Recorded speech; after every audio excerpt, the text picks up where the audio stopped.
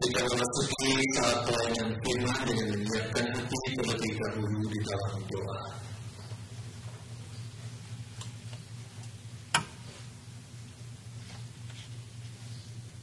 Roh Kudus, Roh Allah yang Maha Tinggi, Engkau tidak hanya mendiami tahta suci di atas, tapi Kau berkenan mendiami ruang hati kami. Oleh karena itu, Roh Kudus, mampukan kami menerima firman-Mu, mendengarkannya bukan hanya melalui telinga, tetapi juga mendengarkan dengan hati kami. Kiranya Engkau berkenan berbicara, Engkau yang menerjemahkan maksud isi hati kata-kata firman dari Tuhan Yesus masuk dalam lubuk hati kami, menjadi pengertian, menjadi tekad dan motivasi untuk melakukan sesuatu dan menanggapinya dengan benar.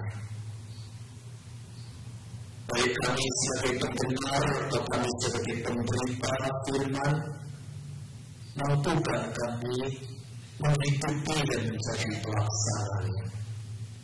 Dalam nama Tuhan Yesus kami berdoa. Amin.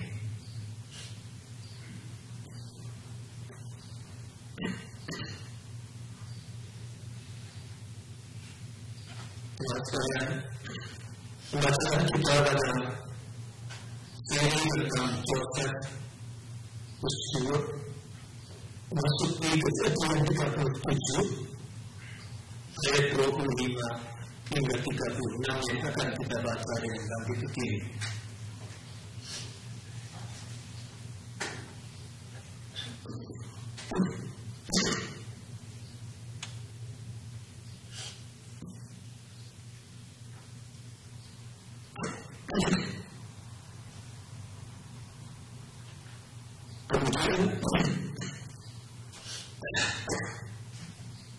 Kemudian ditutup mereka untuk makan.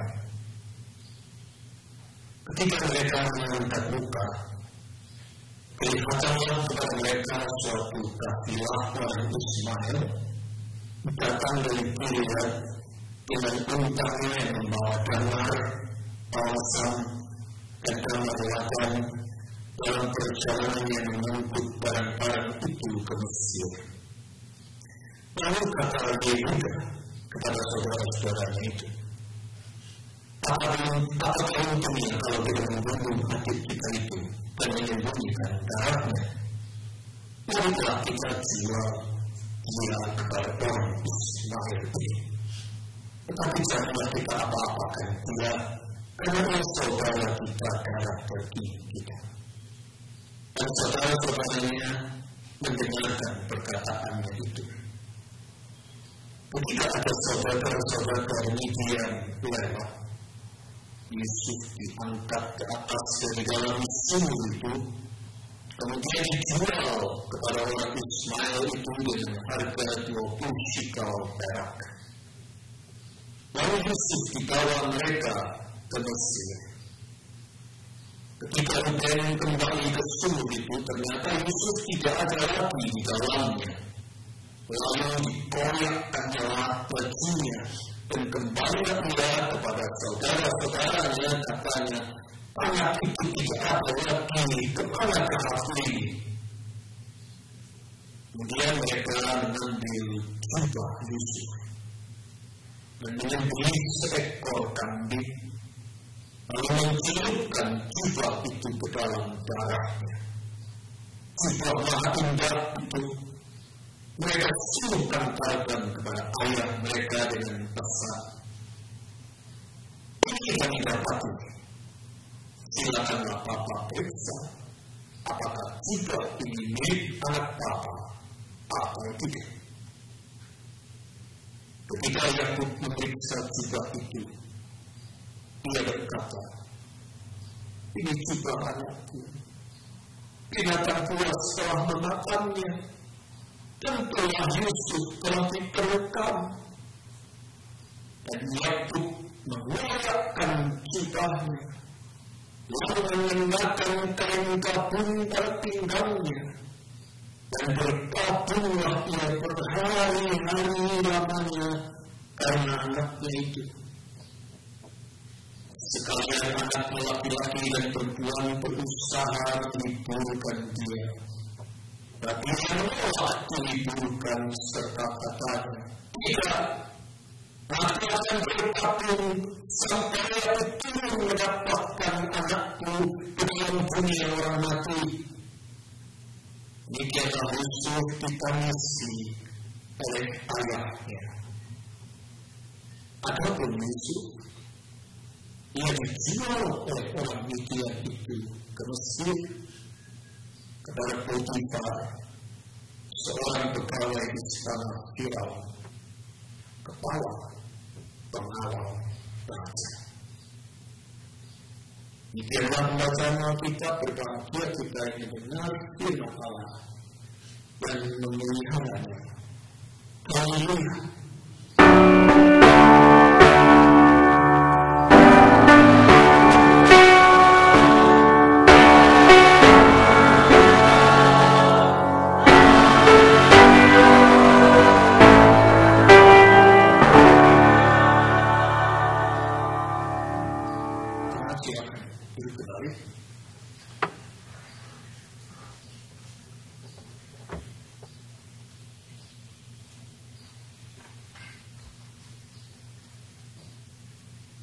Selasa 16 Juni 2024 lalu, seorang remaja 15 tahun bernama Ellison dikabarkan hilang di Monterey Park. Terakhir dia terlihat pada sore hari pukul 5:30. Dia berkaus biru, bercelana pendek hitam, naik sepeda dengan backpack hitam di punggungnya. Sesudah itu, dia tidak pulang dan belum juga ditemukan. Keluarganya panik, histeris. Tetangga dan masyarakat sekitar membantu mencari dan menempelkan fotonya di mana-mana supaya orang lain bantu mencarinya. Semoga dia ditemukan. Saya tidak tahu kabar selanjutnya. Saudara, di dunia ini banyak kasus orang hilang. Ada yang hilang di medan perang, ditawan, ada yang diceritakan diculikan, disandera, ada yang dijual, kasus-kasus human trafficking, ada yang dibunuh dan jasadnya dilenyapkan, dan sebagainya. Di Amerika Serikat, kasus anak atau orang hilang, missing, tidak sedikit jumlah. Rata-rata 840.000 anak dilaporkan hilang setiap tahunnya.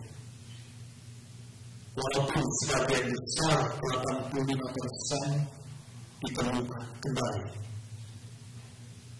tetapi sisanya permanently missing.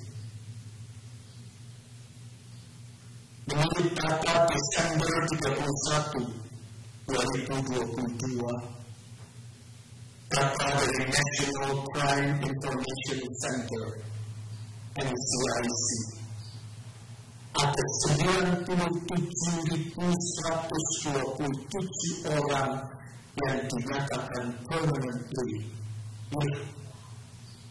97.127. Dan 31% di antaranya adalah anak muda, children atau remaja.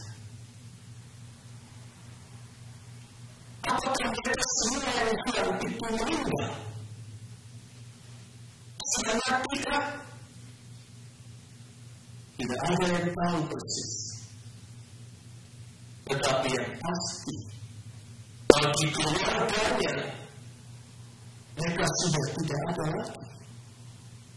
Mereka sudah tidak lagi hadir di lingkaran kehidupan sehari-hari mereka.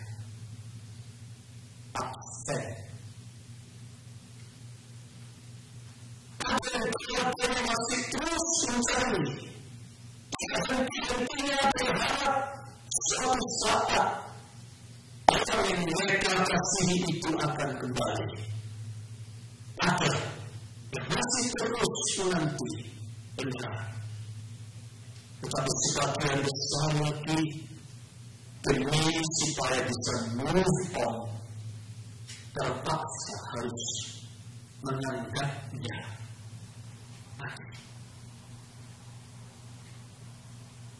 Mungkin itu mati, tetapi karena permanently missing, dianggap mati. Mari kita cermati kisah Yusuf selanjutnya. Yusuf bilang, apa yang ditempatkan sengaja dihilangkan dengan kebohongan satu menyusul dengan kebohongan berikutnya, saudara-saudaranya menciptakan narasi, menciptakan cerita hilangnya Yusuf itu. Kita membaca begini di ayat 31 sampai 33. Kemudian mereka mengambil jubah Yusuf dan memberi seekor kambing, lalu mencelupkan jubah itu ke dalam darahnya. Jubah yang indah itu mereka silamkan kepada ayah mereka dengan pesan, ini kami dapati, silakan Bapak periksa apakah jubah ini milik anak Bapak atau tidak. Ketika Yakub memeriksa jubah itu, ia berkata, ini jubah Yusuf, anakku, binatang buas telah memakannya, dan telah Yusuf telah dipelihara. Terciptalah skenario binatang buas menerkam Yusuf. Skenario itu dipaksakan untuk dipercayai oleh Yakub, ayah mereka.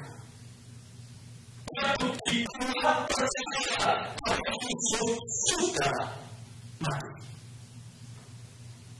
Jadi setelah ini ayah, anggap saja dia sudah mati.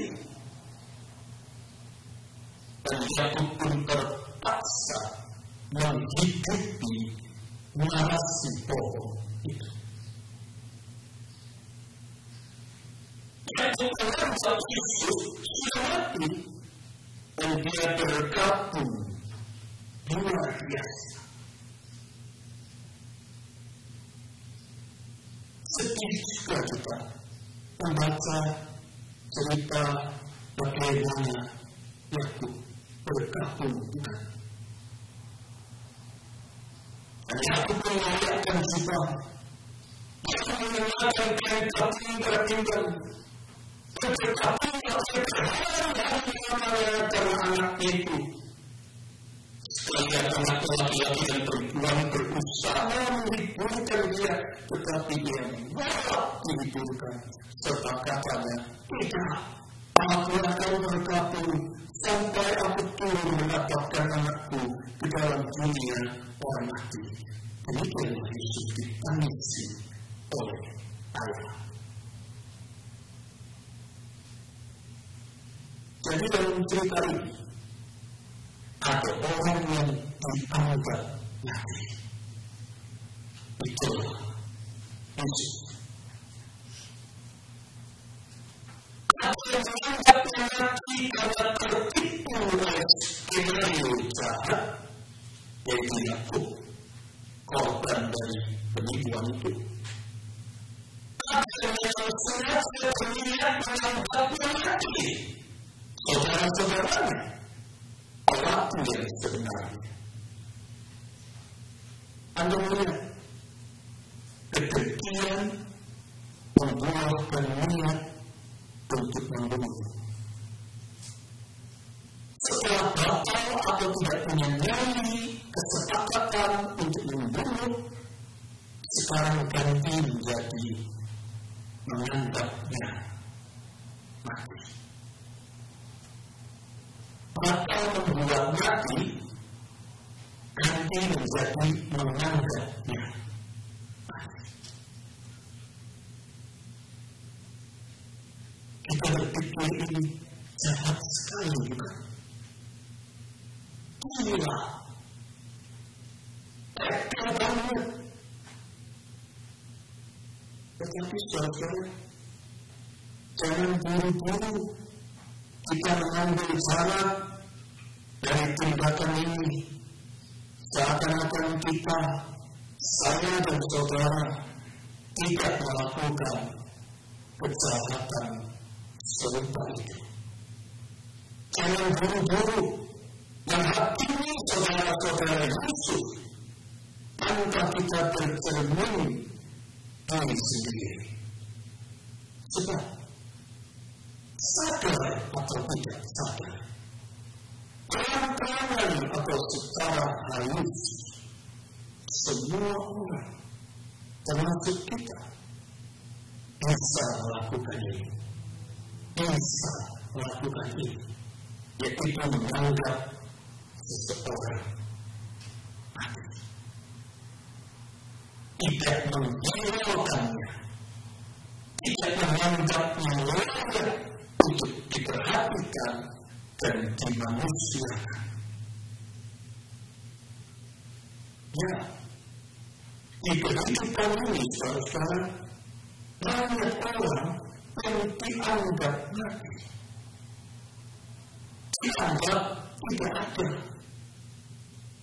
Ada orang tua yang masih segar bugar, anak-anaknya sudah berebut warisan, seakan-akan orang tuanya itu sudah mati. Seperti cerita perumpamaan anak bungsu di dalam perumpamaan ketua di Goshen itu, yang minta hak warisan dibagi, sementara ayahnya masih sehat bugar. Seolah-olah dia mau mengatakan, engkau mati saja Bapak, saya perlu warisanmu. Masih hidup, tapi dianggap mati. Ada orang yang belum pernah berjasa, tetapi sekarang menceritakan seperti dia tidak ada. Ada orang yang dalam bukan orang penting, maka kehadirannya, suaranya, haknya tidak diperdulikan orang. Seperti dia tidak ada, seperti tidak penting. Ada orang yang ada tapi sama dengan tidak ada.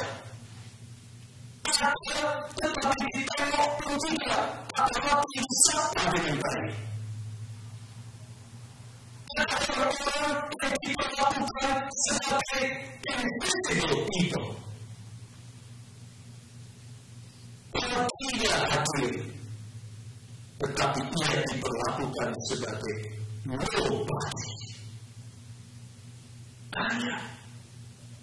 Banyak orang yang punya body hadir, tetapi orang menganggapnya he is or she is nobody. Dianggap tidak ada.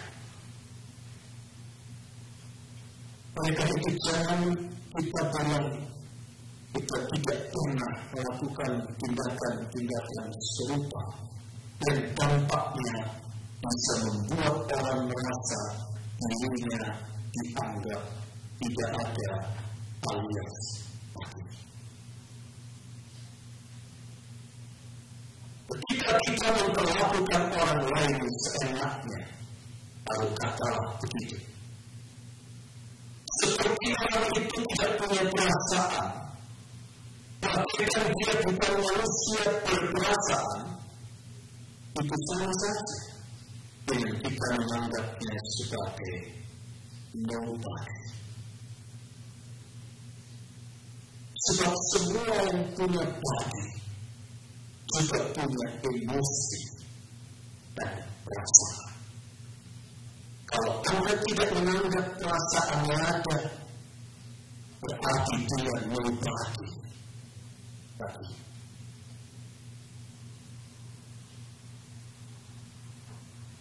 Sebagai orang Kristen tentu saja kita harus beda. Kita harus selalu bertanya, what would Jesus do? Apa yang Yesus lakukan kalau ia menghadapi sebuah situasi apapun? Sebab terhadap siapapun, Tuhan Yesus itu selalu menganggap seseorang somebody. Periksa Alkitab kita. Tuhan Yesus itu tidak pernah menganggap orang lain nobody. Siapapun dia, pemungut cukai, wanita yang berzina, orang-orang rendah, orang berpenyakit kusta, siapapun, bagi Tuhan Yesus selalu sebagai somebody, someone who deserves to be treated humanly. Itulah Yesus, Tuhan kita. Dia selalu menganggap orang lain itu punya perasaan dan dignity yang harus dijaga dan dihormati dan diperlakukan manusia.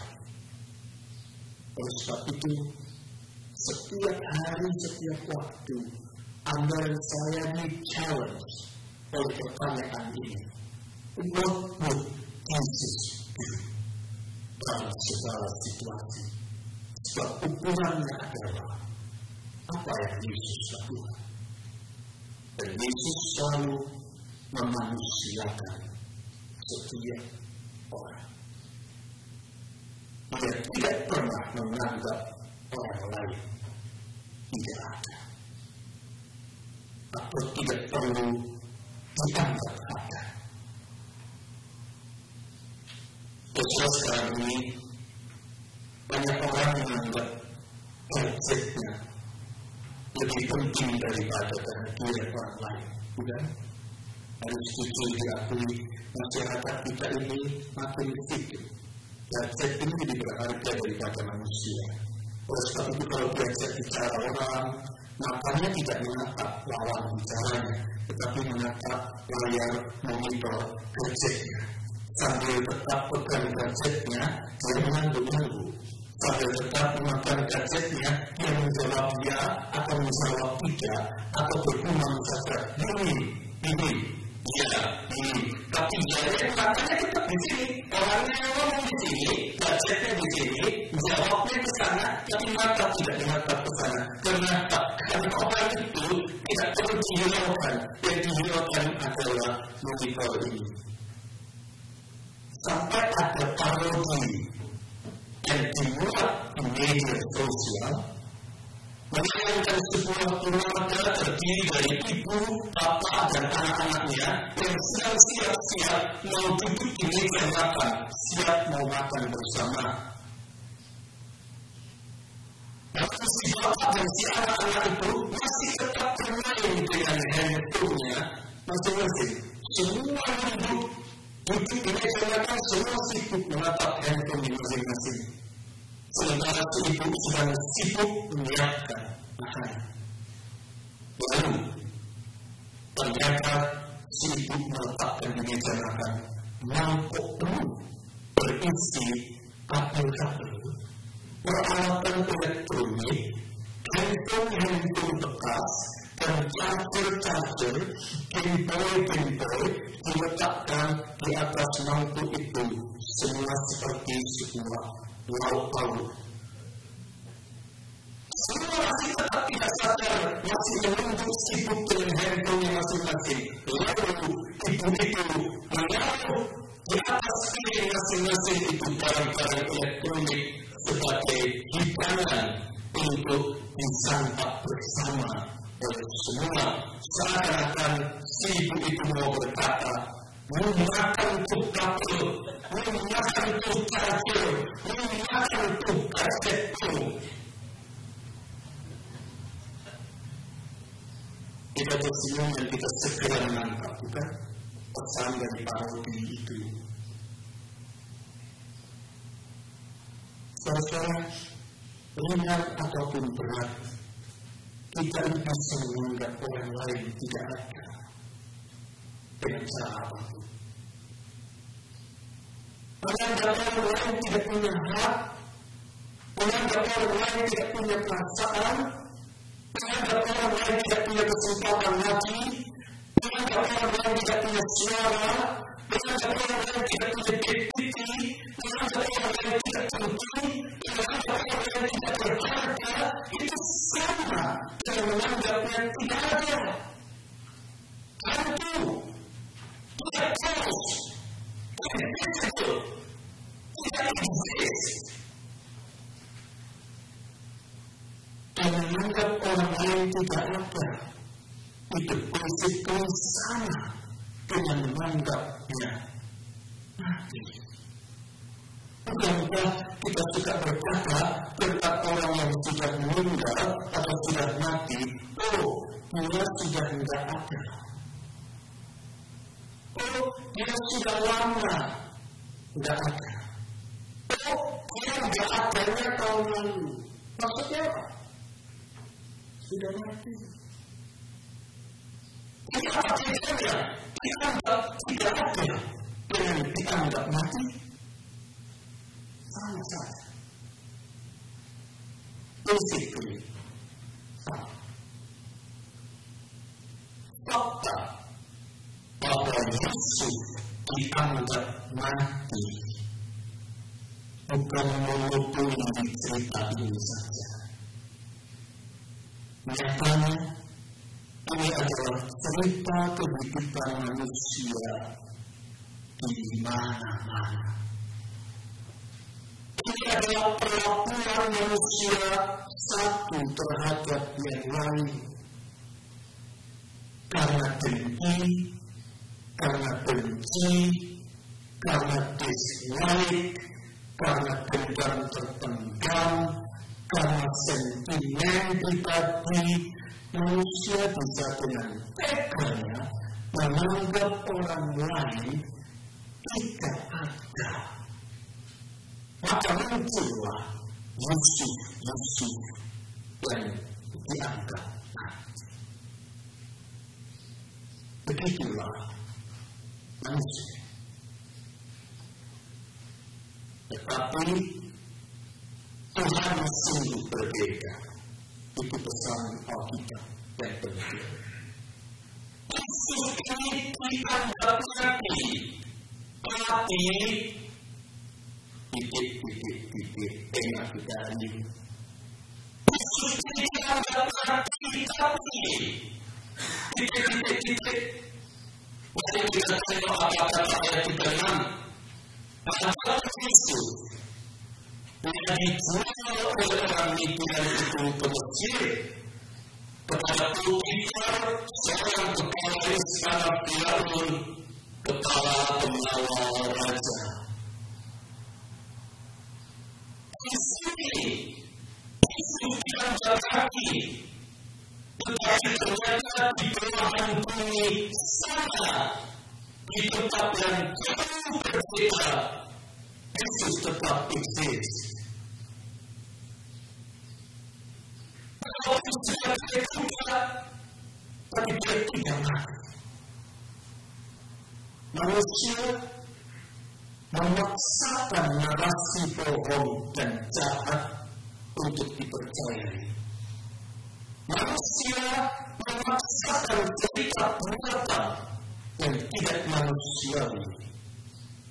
Tetapi sang penulis cerita kehidupan yang sesungguhnya adalah Tuhan. dianggap mati. Tetapi dia tidak mati.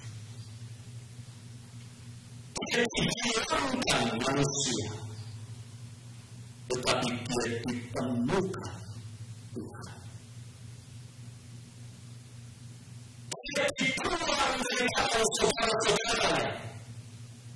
Namun ditampung di tangan pemeliharaan Tuhan yang ajaib. Dia anggap sudah riwayatnya.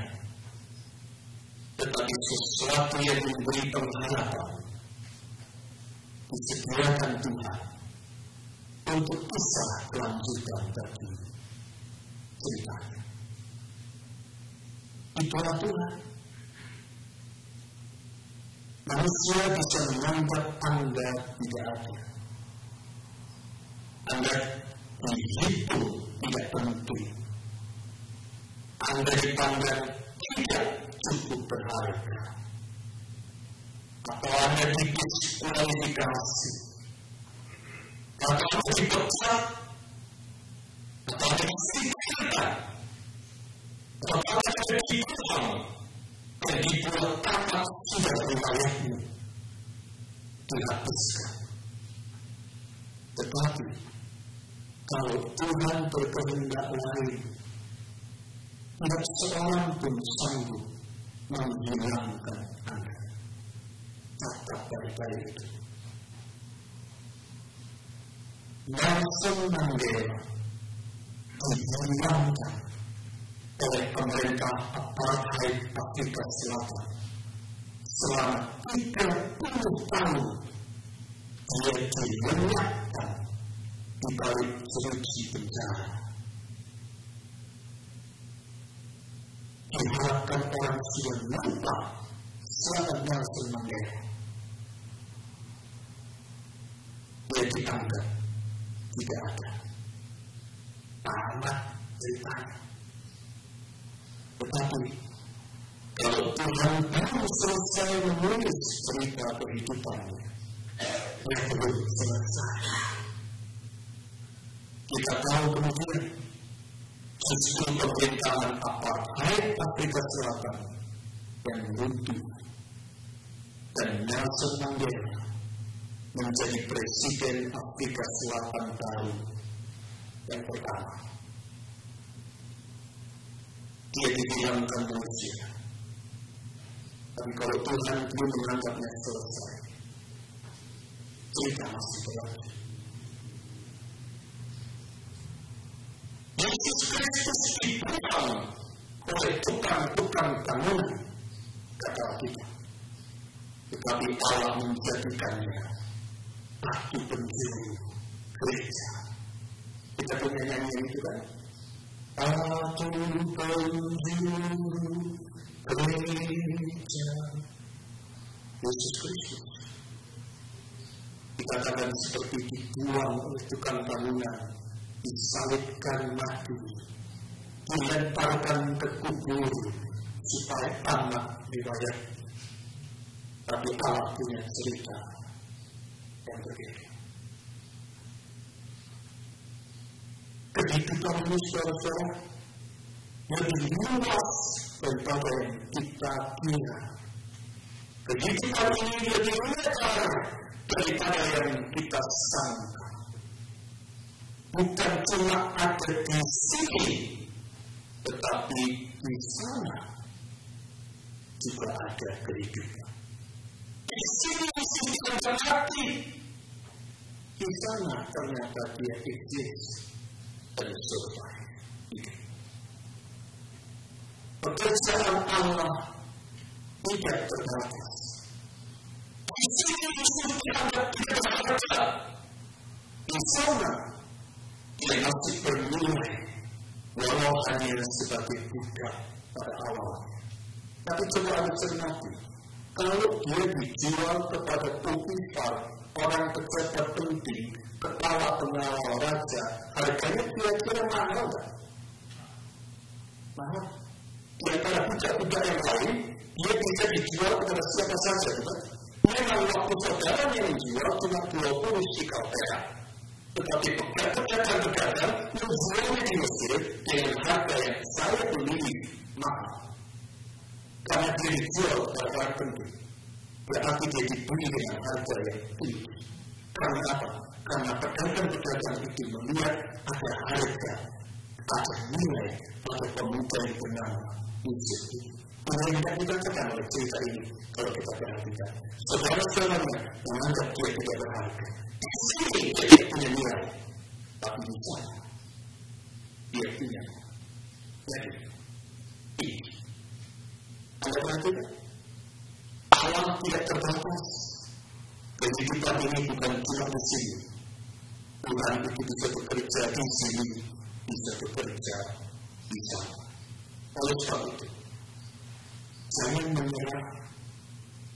Oleh sebab itu, jangan terperangkap oleh narasi yang dibuat manusia, terutama oleh orang-orang yang tidak punya niat baik dan tidak menghargai Anda.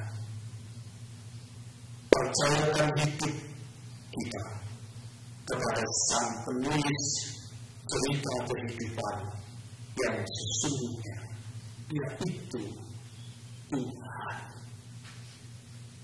Setiap Anda berharga di mata Tuhan dan Dia masih punya cerita yang layak